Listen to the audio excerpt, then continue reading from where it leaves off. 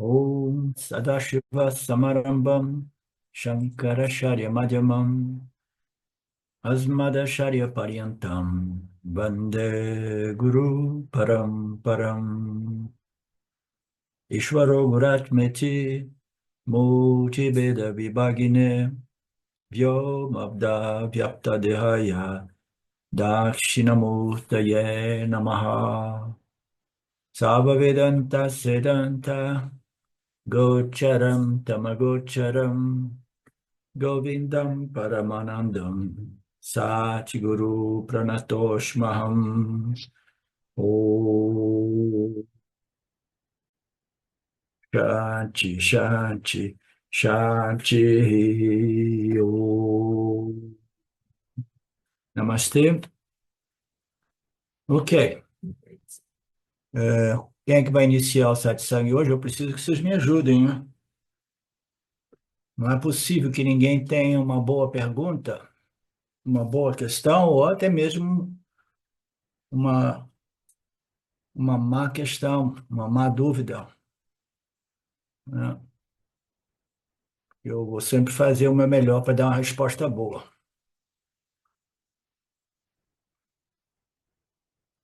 Ei, Marineia! You're the champion. You and Betânia. Diga, querida. Bom dia, professor, bom dia a todos. Professor, eu estava lendo onde paramos ontem e fiquei com uma dúvida.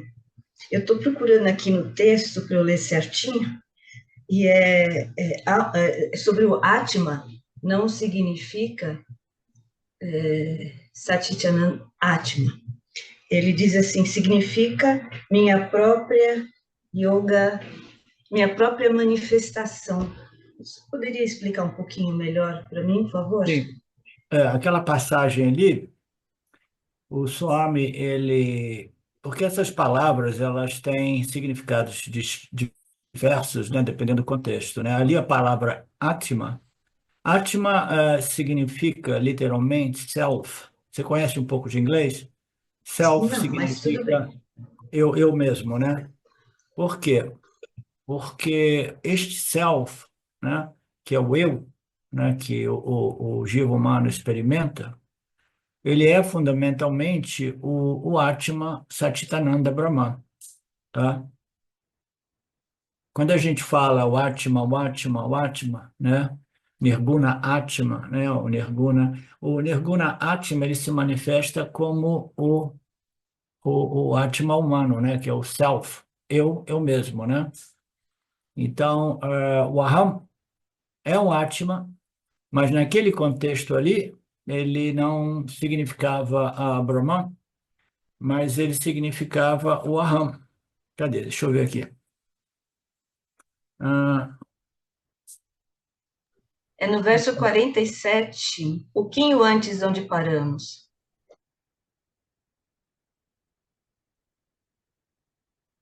vou dar uma olhadinha mais uma vez, para ter certeza que eu interpretei corretamente. Verso 47.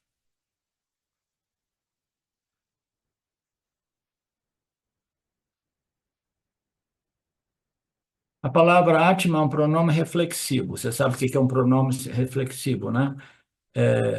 Self, eu mesmo, né? Então, aqui ela não significa Satchitananda Atma. Ela não significa Chidananda Atma. Atma significa minha própria energia. Em nada palavra, se refere ao poder de Maya, tá? Então, cada momento, né, que se usa uma palavra Atma, a gente precisa de ver o contexto, e ninguém melhor do que o Swami, porque ele vive dentro do contexto sânscrito, né? Ele entende a língua sânscrita, né? E ele estuda tudo isso com base nas exposições do Adya Shankaracharya. Então, ele consegue explicar melhor o que diversas passagens querem dizer, né? Então, o Atma é um pronome reflexivo e aqui não significa Satchitananda Brahmana ou Satchitananda Atma, né? Atma significa minha própria yoga. Então, aqui significa o quê? Através do poder de Maya, né? Maya Shakti é o que se refere a este Atma, tá? Então, cadê? Aqui o verso. O Senhor disse, ó Arjuna, pelo meu poder de forma suprema foi mostrada a você por mim, que estou satisfeito com você. Tal forma minha, que é radiante, universal e limitada, e primordial, não foi vista por ninguém além de você. Então, aqui ele nem tocou no assunto do Atma, né? O Swami que elaborou o Atma, né? Mas aqui o Krishna está dizendo, ele diz, através de um determinado poder que muitas vezes, né, é atribuído a Brahman, embora Brahman seja um sem o segundo, né, e esse é um tema muito sutil e difícil e incompreensível, né, de qual modo algo que é um sem um segundo pode haver um poder. Não, esse poder, que é o poder de Maya, ele, como eu costumo explicar, ele é abaixo da linha entre Satya e Mithya, né? Explicando mais didaticamente. Então, existe somente uma realidade que é Satya, né? O Nirguna Atma. Aí aparece um poder que pertence a Mithya, né? É a manifestação. Você precisa de um poder para manifestar alguma coisa. Esse poder já é parte integrante de Mithya. Aí, no momento que Krishna fala, né, da manifestação do universo e da manifestação desta visão cósmica que ele propiciou a Arjuna, né, ele já está falando dentro do âmbito de Mithya, né? Então, ele está falando assim, através do meu poder, que é Maya, né, esta minha forma suprema foi revelada para você. E eu estou muito satisfeito com você. Essa minha forma é muito radiante, limitada e primordial, e eu não a mostro para ninguém, né? Além de você. Então né, botando o Arjuna lá em cima, né, dizendo você é o escolhido aqui, tá? Então aqui o Maya, tá? Se refere a um poder inerente a Brahman, né, que produz essa radiância, né, do Criador Ishvara, né? Então Arjuna aqui fez esse pedido, na verdade eu sei que você ainda não está pronto, blá blá blá, let's see onde que ele entra falando de Atma. Ok. Pelo meu poder, por causa do meu Maya Shakti, poder de manifestação. Aqui, yoga significa Maya, né?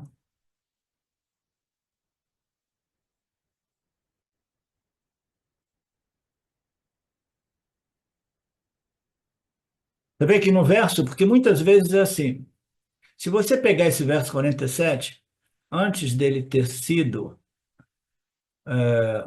traduzido para o inglês, aparece este yoga, tá? Mas no verso já não aparece mais, que foi traduzido. Às vezes essas traduções são feitas de um modo, aí elas omitem um elemento que estava presente originalmente no verso em sânscrito, que depois o Swami vai e elabora, tá? Já vi diversas vezes isso. Então, o verso em sânscrito, na primeira linha, acima da tradução dele em inglês, aparece ali, né?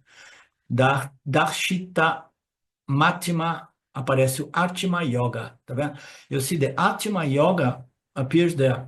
This Atma Yoga does not mean Nirguna Atma, mas means, não significa Nirguna Atma, mas significa Maya, ok? Você entendeu?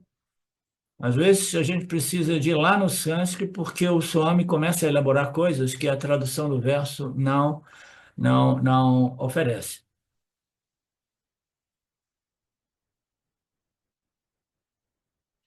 Vocês entenderam?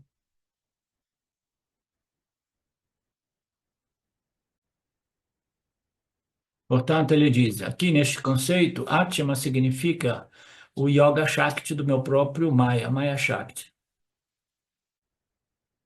Ok.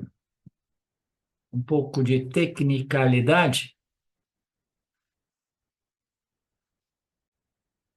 Então, nós vimos que o Swami explicava o porquê que o Krishna está exaltando a devoção neste momento, dizendo que é a sadhana mais importante, né? Nós já vimos isso ontem, né? Que isso é algo muito comum toda vez que o guru, que é simplesmente motivar, né? Inspirar um discípulo, né?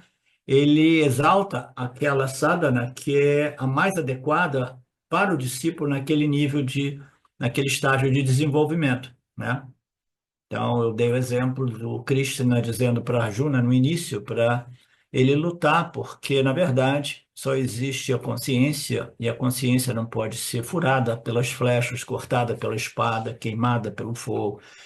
Naturalmente, aquilo ali foi além da capacidade de compreensão de Arjuna. Imediatamente, o Krishna apresentou, né, o que? Apresentou os ensinamentos do Karma e Dharma. Isso não foi um erro na parte de Krishna, é parte da estrutura vedântica, Vedanta. Você só chega no Vedanta porque você está pronto para ouvir as declarações finais de identidade, entendeu? Você, a consciência, a existência na natureza não dual, né?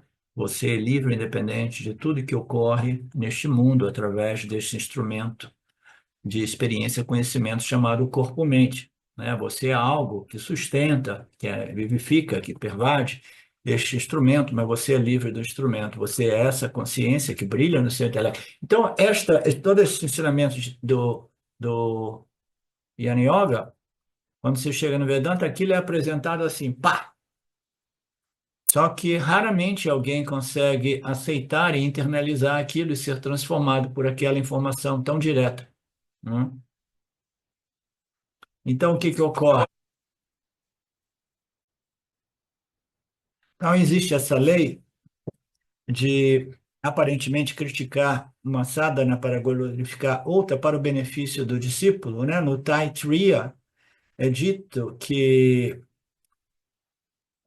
a sadhana, ou o valor mais destacado, né? Uma sadhana é algo que você valoriza. Se você não valoriza a sadhana, você não consegue fazer sadhana. Porque a sadhana sempre requer um pouco de sacrifício, né? Eu tenho que, né, parar de me divertir, de fazer isso, fazer aquilo, e agora eu tenho que ir lá fazer a minha sadhana, né? Então, você tem que desenvolver um valor por sua sadhana, né?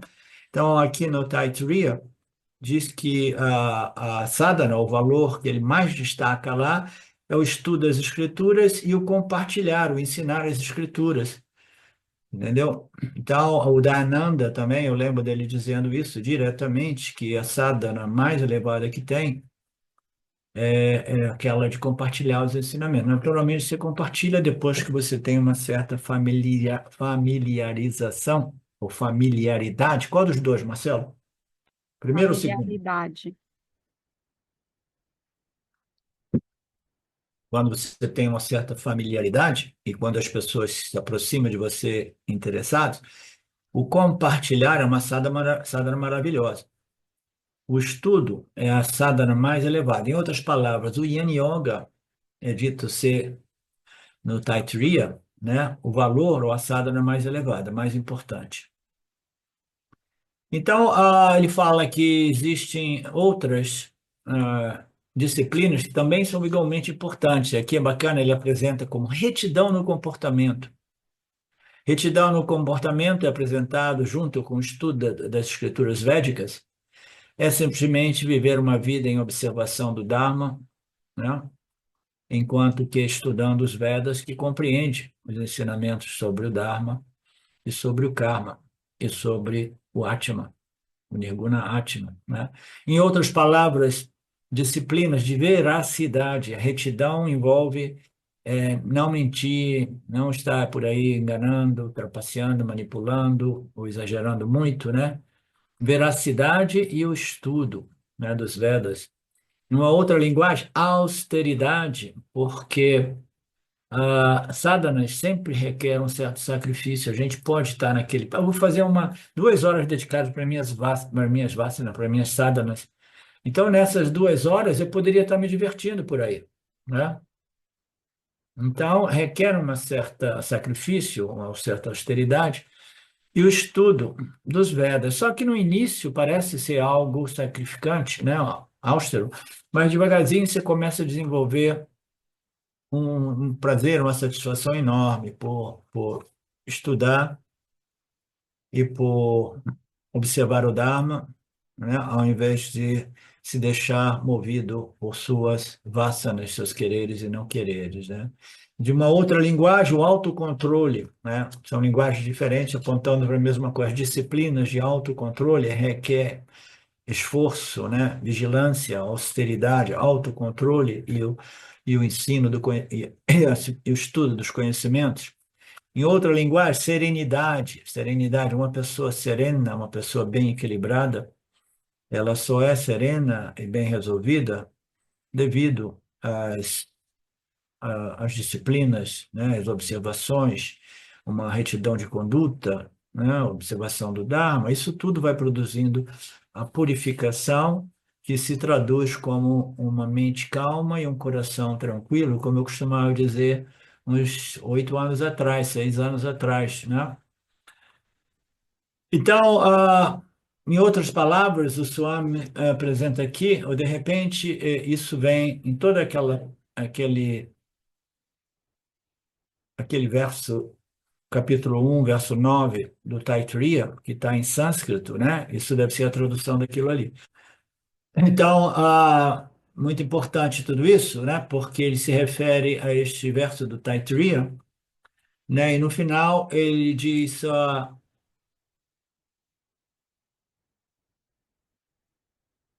manter o fogo do sacrifício, o estudo e o ensino dos Vedas, né? Serenidade, né?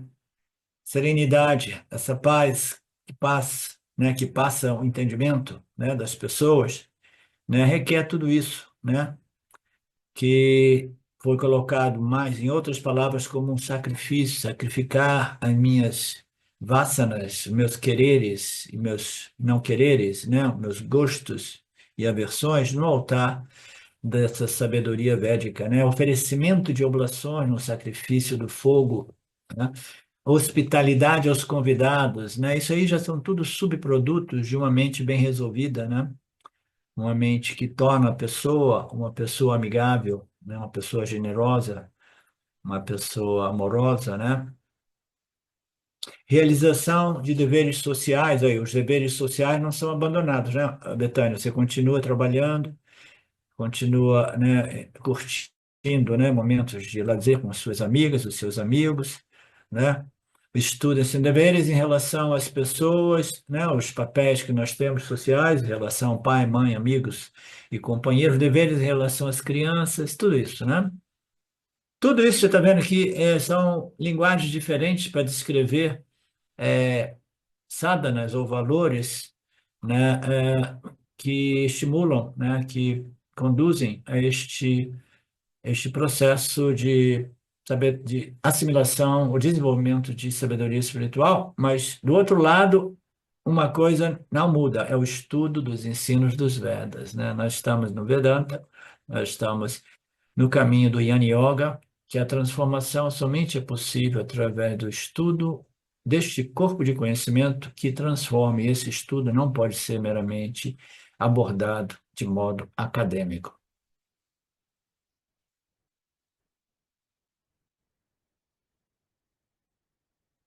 Ok. Depois disso, o próprio Upanishad faz uma pergunta: qual é a austeridade mais elevada que existe? Qual é a sadhana? Qual é o valor mais elevado que ele está dizendo? Em todas as sadhanas que envolvem austeridade, disciplina, sacrifício, vigilância, qual é a mais elevada, né? Aí os gurus, rishis, os gurus originais, digamos assim, os professores sábios, né? Aqueles que ocorrem uma vez a cada 100 anos, e sempre lá no Ocidente, segundo aquela pessoa que me abordou, né? Cada um desses grandes Mahatmas famosos, eles dão opiniões diferentes, e o Upanishad diz o maior tapa ou sadhana é simplesmente o estudo das escrituras. E eu ensino a compartilhar, tá? Você vai estudando, assimilando e compartilhando sempre que as pessoas queiram saber o que está acontecendo com você.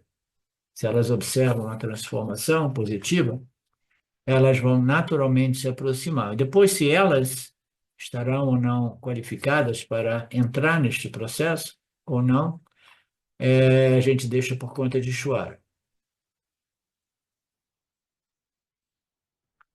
Então, aqui você encontra Krishna dizendo que a devoção é tudo, como se as outras sadhanas fossem inúteis, não é nada disso. A conclusão é que todas as sadhanas são importantes.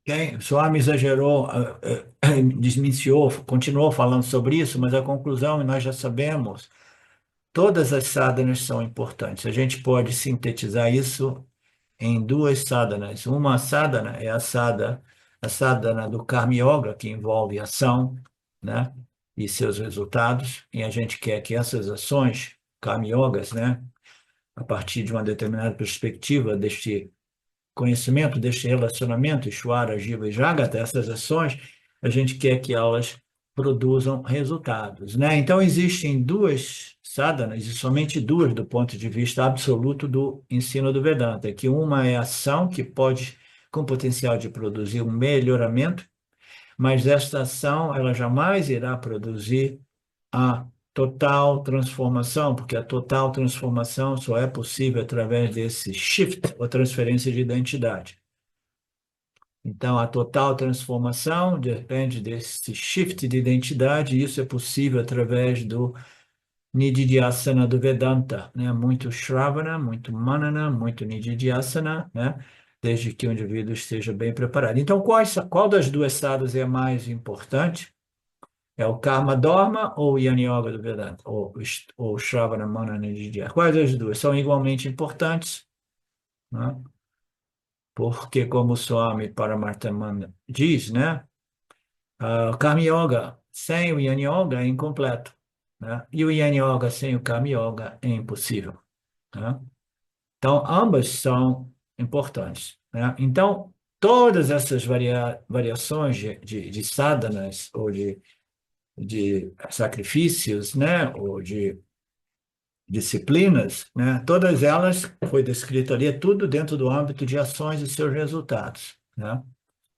E é interessante que Krishna está dizendo aqui que entre todas esses faz no mundo das sadhanas espirituais, a mais importante é a devoção. A devoção somente é possível através do Karma Yoga. Karma Yoga é a sadhana que envolve a ação e seus resultados mais elevada que existe, porque ela requer, né, uma transformação que produz esta emoção, este sentimento sublime que é a devoção, né, a gratidão, né, a reverência, o amor a Deus. Então, o Karma Yoga é entre as sadhanas de faz para obter resultados, nós queremos resultados que nos melhorem, né?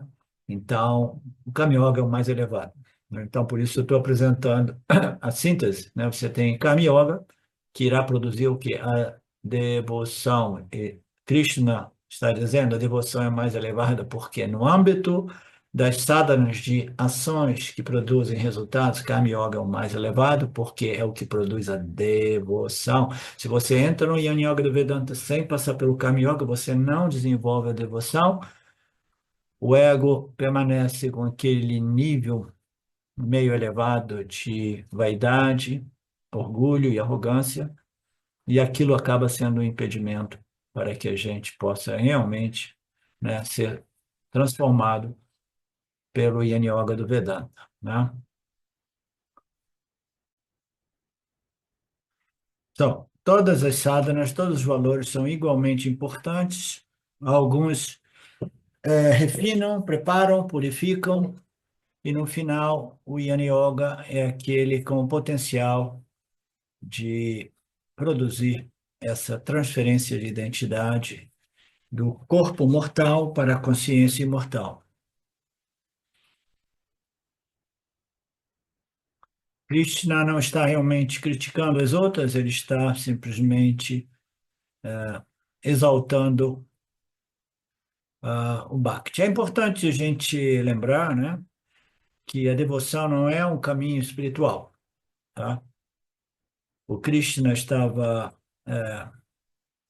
né, salientando, né, a devoção, devoção, devoção, devoção, porque você precisa ter uma devoção enorme para você obter a visão de Ishvara como a manifestação do inteiro cosmos, né? Então, Vishvarupa Ishvara é uma visão de Ishvara como a totalidade do cosmos, a totalidade de todos os pares opostos, requer muita devoção, né? A devoção irá produzir a maturidade, etc, etc. Mas você produz através dessa devoção, você produz o desenvolvimento, né, da sua reverência de amor e de apreciação pelo Criador, né? Você começa a integrar o Criador na sua vida, aí você vai desenvolvendo uma visão, né? Uma devoção muito mais madura, complexa, né? Abrangente, né? Você vê Ishvara como a totalidade de todo o universo, ou você vê Ishvara como a inteligência que rege, sustenta todo esse universo. E aquilo ali vai transformando o indivíduo, vai transformando o modo qual ele experimenta a vida, né? Então, essa devoção, ela não termina no Visvarupa Darshana, né? Esse é o ponto que eu quero fazer aqui. Aqui parece que a devoção é importante para trazer o indivíduo para o Visvarupa Darshana, que é o ponto mais elevado deste processo dual, né? No âmbito do relacionamento, a criatura com seu Criador. Você começa a experimentar reverência para com o Criador, como uma deidade, o seu santo, né, o seu protetor, aquilo que seja, né? E devagarzinho você vai crescendo, desenvolvendo uma visão mais próxima, né, da realidade, né, que dentro de Mitya, Ishvara é a causa inteligente, a causa energética, a causa material e o mundo manifesto física materialmente. Ishvara é tudo, né? Então, você precisa de muita devoção, muita reverência, você precisa desse relacionamento com o Criador realmente, né? Sem deixar que a arrogância do ego diz, mas eu não preciso desta devoção, né?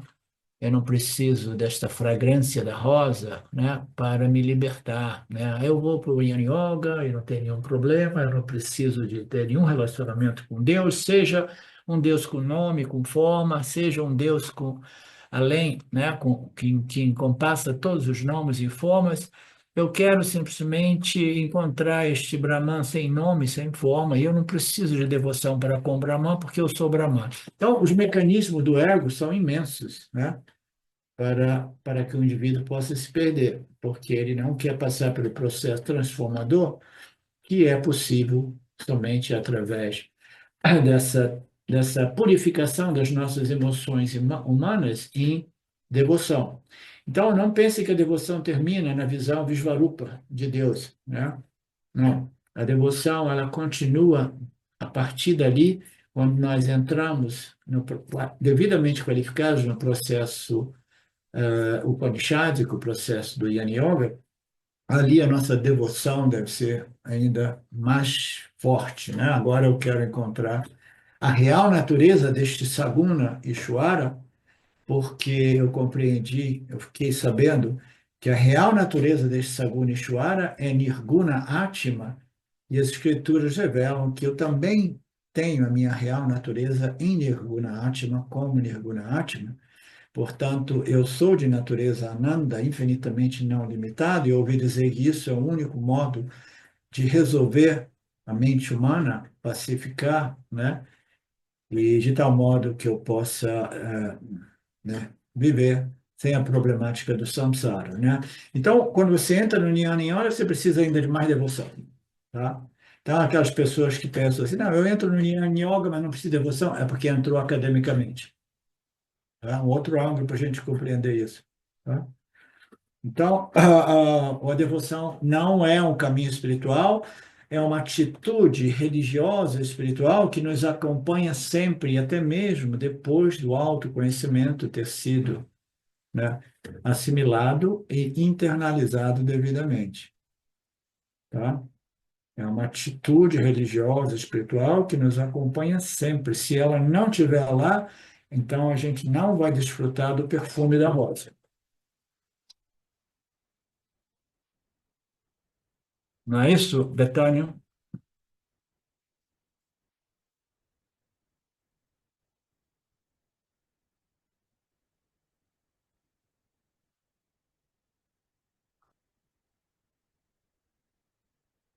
Krishna diz que o Cântico dos Vedas, indiretamente, né, ele não diz isso, ele, é como se ele estivesse dizendo, não, os mantras, nada disso é importante, porque só a devoção é importante, né? Ah, o que que significa yajna? Yajna significa os rituais. Qual a diferença entre o Veda, Adhyana e Adhyadana? Adhyana. Veda, Adhyana é aprender a cantar os Vedas. E yajna significa análise, compreensão daquilo que você está cantando, ok? Então, essas nuances técnicas não nos interessam muito porque a gente não passa por tudo isso. A gente não aprendeu a cantar os Vedas em sânscrito de modo correto, né? Nós simplesmente queremos uma sadhana mais elevada, mais, né, avançada, que é o Karma Dharma Yoga, né? E o Upasana. Então, nada disso não irá permitir o Visvarupa, porque para o Visvarupa você precisa de devoção. Mas não é que devoção não esteja presente, até mesmo quando você é um repetidor de mantras. Você precisa de devoção. Qualquer coisa que a gente faça envolve um sacrifício, porque você poderia estar se divertindo, né? E esse sacrifício requer devoção, dedicação, doação, né? Doação do seu tempo livre. Aí o Swami fala também, porque provavelmente, não sei, talvez apareça em sânscrito, naquela passagem do verso, ele fala nem mesmo dana, dana significa caridade ou doação. Então, na verdade, nós observamos com muito cuidado, dizemos que o próprio Bhagavan diz, eu não estou dando. Como tal, dar é um problema. Além disso, se os versos são assim, né? Se os versos dizem que nada disso é importante, porque só a devoção, né? A gente precisa compreender o contexto, a gente precisa compreender somente o porquê de Krishna estar exaltando, né? Salientando a devoção para Arjuna naquele momento, porque para desenvolver a visão Vishvarupa de Ishvara, você tem que ser um devoto do mais alto calibre. Devoção tem que estar muito, muito, né, desenvolvida. Então, tudo isso poderia ser visto, tudo isso é inferior ou inútil, né? Cabe ressaltar aqui que a doação e caridade não necessariamente significa doar comida, dinheiro ou fazer essas coisas, né?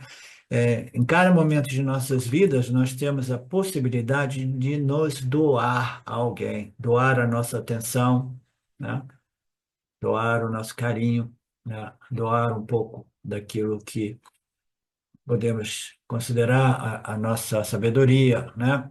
Então, a doação é uma coisa que vai contra o ego. O ego quer obter, mas não quer doar, né? Então, a doação precisa ser entendida num sentido muito amplo. E o Swami diz, as doações precisam ser feitas com fé. Não devem ser feitas sem fé, devem ser feitas. Que verso é esse? Taittiriya. As doações devem ser feitas com fé, não devem ser feitas sem fé.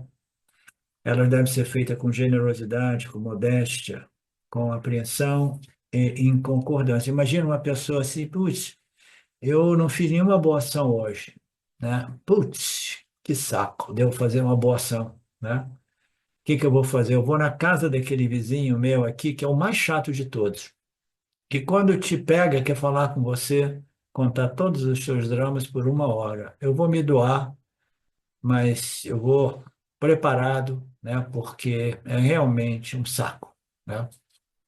Então, uma doação, não que ouvir bobagem dos seus vizinhos seja uma boa, ou melhor ou pior doação, mas o fato é que quando a gente se doa, a gente tem que se doar com atitude positiva, não like, é uma penitência, né? É um sacrifício que eu estou fazendo, né? Pá, pá, pá, pá, pá, pá. Tem que ser realmente um espírito de generosidade, modéstia, né? Isso, ó, se doar aos outros, né? Tem que tomar cuidado com esse conceito, tá? Porque o giro humano, ele é um poço cheio de sentimentos de culpa, de inadequação e culpa, e quando a gente vê esses apontamentos a respeito de doação e caridade, o giro humano fala, eu preciso fazer isso porque, não sei por quê, mas por trás tem muito sentimento de culpa, né? Então, eu estava tendo uma conversa com este meu amigo, aluno, que está aqui passando um tempo, que no final das contas, ninguém pode realmente fazer quase nada por ninguém, né? Você pode simplesmente doar o seu tempo na medida que você vai passando, vai se encontrando, né, com outras pessoas no seu processo de vida, mas você tem que tomar muito cuidado, né, Não porque devemos você... fazer o karma dos outros. É É, muito perigoso. Está aí no é, Gita, né? é no Gita. Então, você não pode ficar preso no karma dos outros, aganchado, e depois vai dar tanta, como é que se diz, encrenca, problema, entendeu? Você tem que ser um sábio quase para se doar sem deixar que as pessoas se aganchem em você, né? E suguem a seu tempo e a sua energia. A gente faz o que a gente faz sabendo que somente cada uma das pessoas pode se salvar, se ajudar, né? E você faz com generosidade, encontrando as pessoas, a menos que você tenha uma vassana nesta vida, uma vassana de sair por aí, né, fazendo caridade. Tem pessoas que têm essa vassana. Eu tenho um médico, né, meu e da Silvia, americano, que eu ainda hoje me trato com ele, né, à distância, mas ele tem essa tendência de doação, de caridade, e todo ano ele viaja por alguns meses, ele e a esposa dele, que é dentista, vai para a África, lugares horríveis, para cuidar daquelas pessoas muito pobres, né? E ele acha que aquilo é o máximo da espiritualidade. Eu respeito, né? Porque no nível, na compreensão dele, no campo de vassanas dele, né, é o que existe de maior, né, de mais elevado, é a caridade, né? É muito sutil tudo isso, né? Muito sutil. Não pense que Krishna diz que se doar aos outros é totalmente inútil. A doação a Deus é melhor do que a doação às pessoas. Se doar às pessoas, tudo bem se você vê Deus nas pessoas. Esse é o ponto mais importante do caminho.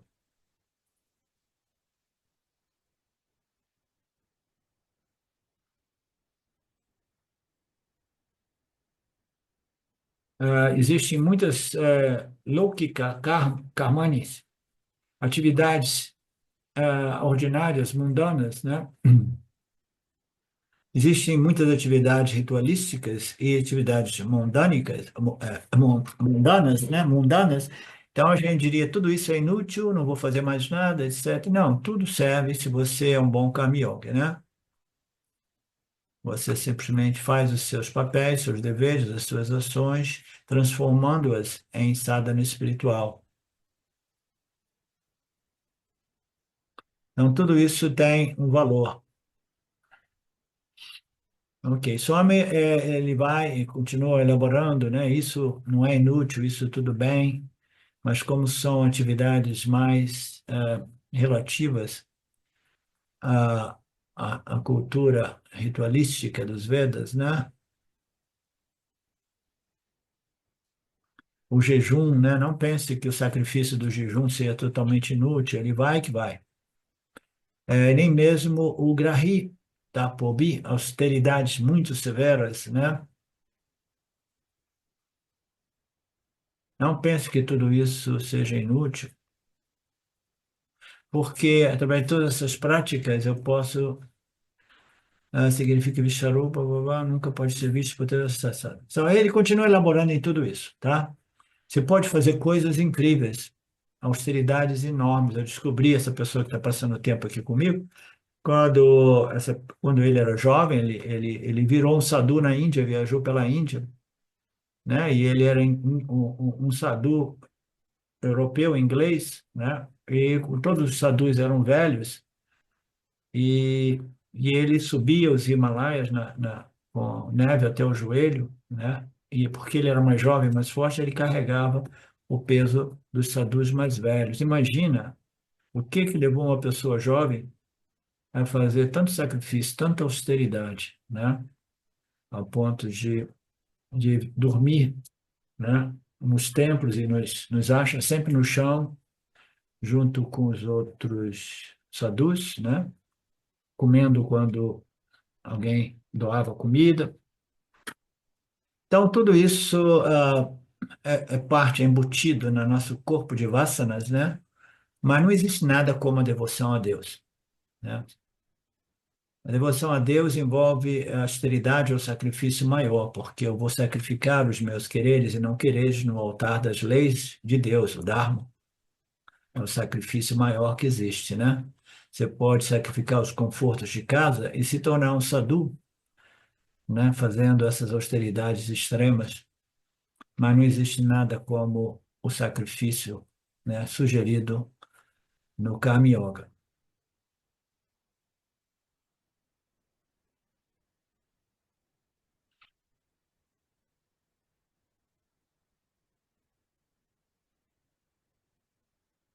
Entre Loke.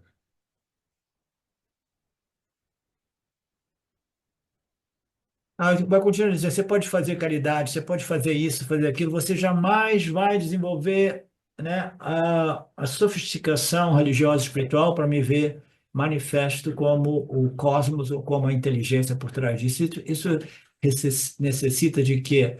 De um intelecto capaz de assimilar os conhecimentos de Ishvara Jiva Jagata, né, Mithya, né?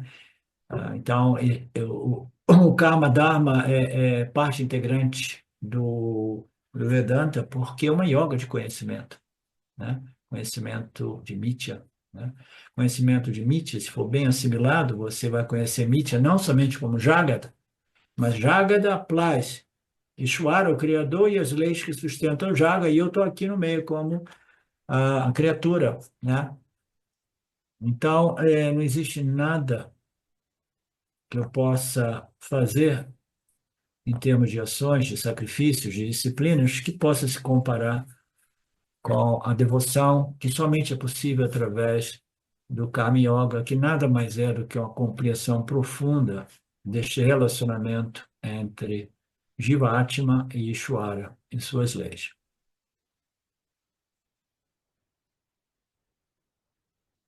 Portanto, nenhum desses sacrifícios, nenhum desses rituais será suficiente para que você me veja em minha forma Visvarupa. Aí ele fala, em Locke, entre seres humanos ou no mundo humano, pode ser visto apenas por aquelas pessoas que são como você, né?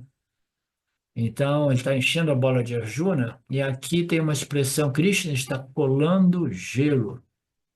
Eu não entendi bem isso, eu precisava de voltar no texto em inglês para entender melhor, porque essa tradução literal talvez não seja melhor.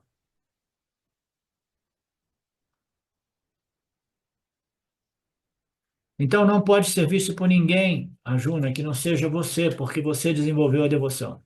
Você é o único qualificado com um intelecto muito puro, né? Muito afiado e uma devoção e um coração transformado. Você pode obter essa visão cósmica, sim, e você deve.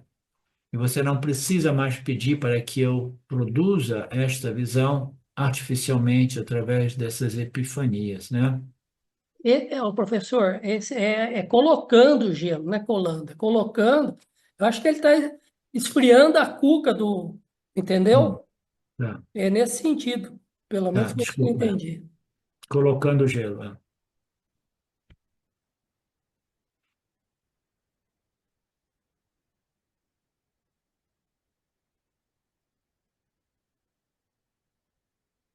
E Krishna não diz especificamente qual seja a qualificação, a devoção é uma qualificação única, muito importante. Krishna responde isso mais tarde. Eu vou introduzir um pouco esse conceito. Bhakti não é uma qualificação única. A devoção não é a única qualificação. Você precisa da discriminação, você precisa da dispassion. Bhakti ajudará only no que tange obtenção da visão da forma cósmica de Ishvara, como eu estava dizendo. O Bhakti vai permitir esta Vishvarupa visão, né? E o Swami fala, e cabe ressaltar que existe gradações ou graduações de Bhakti, de devoção também, né? Existe aquele devoto do Senhor que só procura o Senhor quando está em profunda dor ou profunda crise, né? É o Artha Bhakti, né? Eu me volto para o Senhor para que Ele possa remover o sofrimento. Jnana Bhakti é aquela devoção que se considera que o próprio Senhor é o fim. Então, a devoção a Deus, e a devoção é o fim por ela mesma. O Senhor é o fim. Eu faço tudo isso porque eu quero o Senhor na minha vida. Eu quero usar o Senhor como meio para obter punha, né? É uma devoção interessada porque eu vejo o Senhor e o que eu obtenho, né? O Senhor é o meio, o punha é o fim.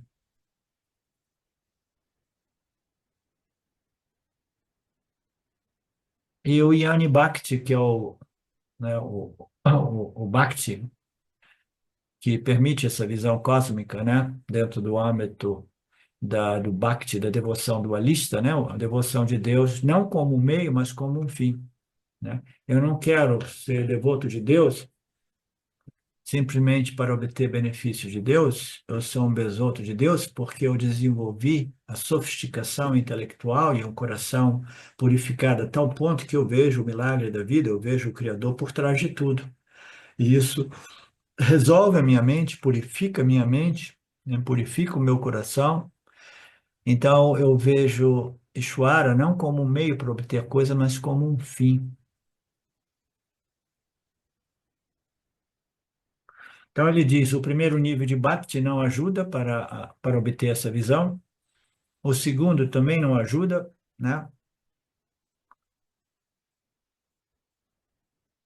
Você precisa se tornar este bhakta muito, muito, muito, esse devoto muito sofisticado, né?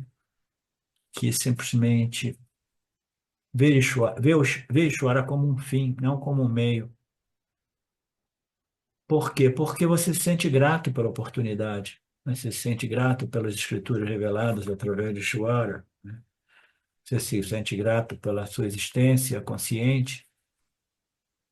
Você se sente grato porque você agora está experimentando o perfume da rosa, né? O perfume que é inerente nesta devoção mais sofisticada, mais madura, né?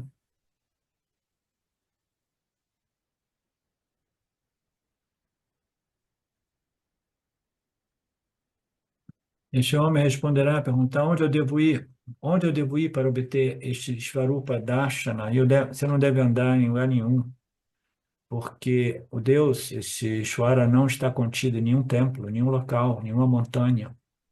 Ele está manifesto diante de nós todo o tempo como um meio ambiente, como o planeta, como o universo, como o cosmos. Portanto, quando uma pessoa deseja essa visão Vishvarupa, né, é, peraí, deixa eu ver o que está querendo dizer. A pessoa deseja riqueza. Se a pessoa quer realmente segurança, riqueza, né, boa saúde, né, ela não está interessada em se tornar um bhakta de alto nível para obter a visão, para conseguir viver vendo, né, experimentando Ishvara em cada momento. Ela quer outras coisas, né?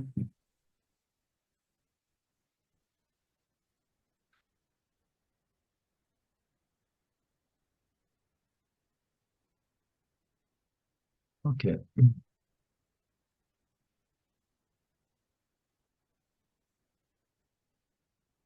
Eu deveria saber o valor desta visão Vishvarupa que é Veishwara em tudo, Veishwara por trás da matéria, sabendo que a matéria ela é mantida através dessa inteligência suprema, né? É porque eu me tornei um bhakti, né? Muito maduro. Somente então eu consigo desenvolver essa visão de Deus. Om Purnamada Purnamidam Purnamudachyate Purnasya Purnamadaya Purnamevavashishate Om Shanti Shanti Shanti Om. Olá, queria trazer aqui para vocês o quanto eu tenho me beneficiado dos ensinamentos do Vedanta. Esses ensinamentos do Vedanta, eles mudaram a minha vida, o meu estilo de vida, né? A partir de uma compreensão sobre Jagata, o mundo, sobre essa pura inteligência, Ishvara, sobre o Jiva, né? A mente, o funcionamento, sobre a aplicação do Karma Yoga diariamente na vida, o quanto isso beneficia a purificação da mente, né? Para poder daí acessar aquilo que é mais valioso. Aliás, eu diria sem valor estimável, inestimável, né? Uma riqueza profunda, que é a compreensão sobre os ensinamentos de Satya, a consciência, a existência ilimitada que sou. Bom, eu sou uma aluna de Vedanta, desse grupo Vedanta Brasil,